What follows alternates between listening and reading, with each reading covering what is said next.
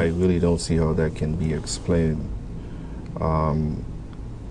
any other way as opposed to a person, well, someone, a designer, being responsible for it. Right. We study the cosmos. I mean, quite a few scientists who study the cosmos, Carl Sagan. I mentioned in the previous show Stephen Hawking. I think he's a genius. Isaac Asimov. Brilliant people. Brilliant minds out there. And you know, what they have found regarding this beautiful and wonderfully made universe in which we live.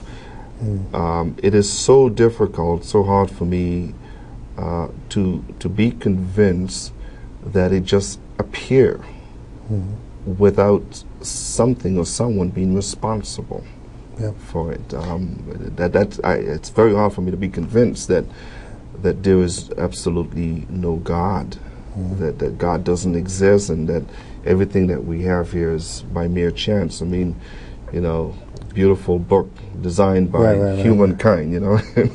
Well, we were talking about the human imagination, and you mentioned a beautiful book, which is kind of an interesting thing, because we talked about spaceships and towers and bridges and all these things, and they're all impressive. We talked about, you went back to kind of, ran for a minute to talk about Howard Rourke and the architect, and, you know, building a building and how intricate all that is, which actually has to do with the mind of a man. We talked about that versus the mind of an animal just trying to get a fruit or something to eat.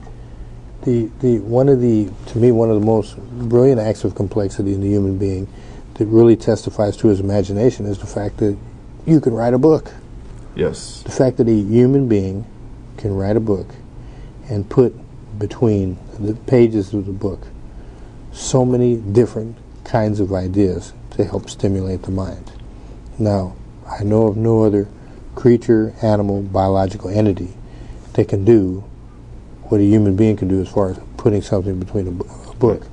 And so to think that the mind that's able and created to do that came about through mere chance is kind of a lot to put on mere chance, and that's mind-boggling, I must say.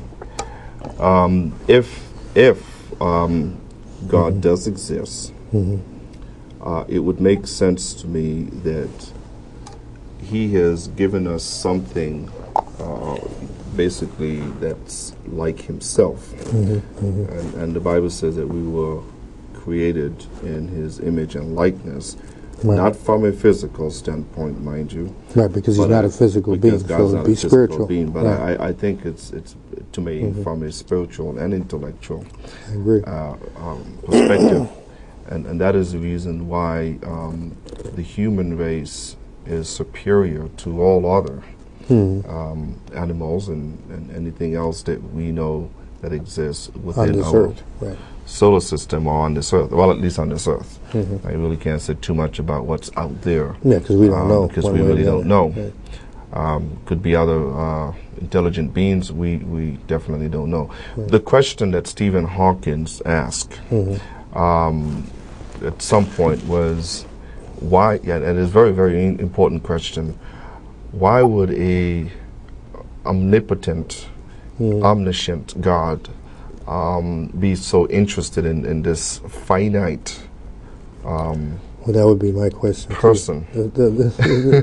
Oh, you mean us as individuals? Us as individuals. Right. Yeah. Well, because I think that the answer to that is if this infinite, omnipotent, omniscient God created us, created this world, created all the biological organisms on this world, then He would have an interest in every single aspect of His creation. And so I think that if we are the apex of creation, you know, which obviously we are on this planet, we can't say we are in the universe, or, you know, because we don't know that, but we obviously are on this planet, then obviously He would have a personal interest in not only His creation, but the greatest aspect of His creation.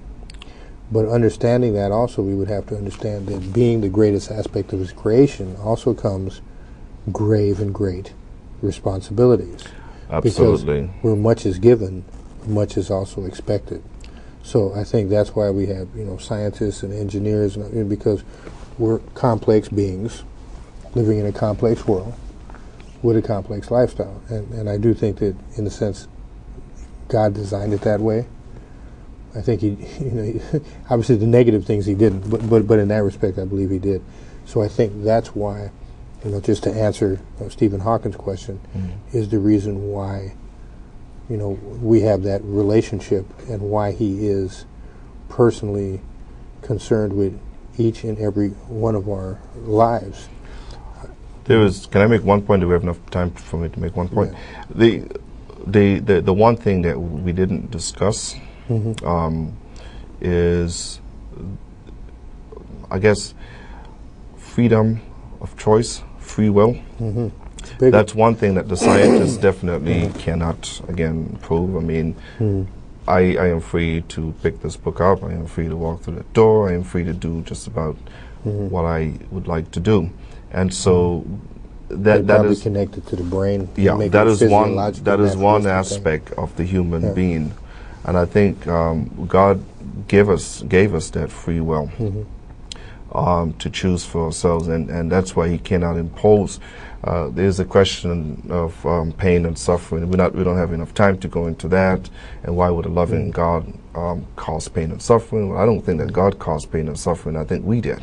I think we have made individual individual choices, and as a result, this is what we have. Well, we'll talk about inflicting pain on kids, and these are innocent people that God. I don't think that God is responsible for that. I think we are. Right. I definitely think we're responsible for disobedience and that is because of free will. Rebellious action, and that is through free will. And you can't get around free will. If God just made us do whatever He wanted us to do, then we'd be automations. We wouldn't be living, human, thinking beings, which comes along with that free will aspect. I definitely think this was a really good text. I think that Lee Strobel did a really good job and encapsulated it. We're getting ready to wrap up now, so I just want the audience to know that in our next show, we'll probably be dealing with, I think we talked about doing Not Enough Faith to Be an Atheist. Yes, I don't have enough faith to be an atheist. Yeah, so we'll probably be talking about that in the next show, and we'll probably do a couple of shows on that. So we're going to kind of continue with the Christian apologetics. Once again, I'm George Matos. I'm the host, producer, and creator of the literature shows. My co-host, Trevor Duberry. Thank you for being here. It's always a pleasure. And there'll be some information to reach me at the end of the show. Thank you very much. Bye-bye.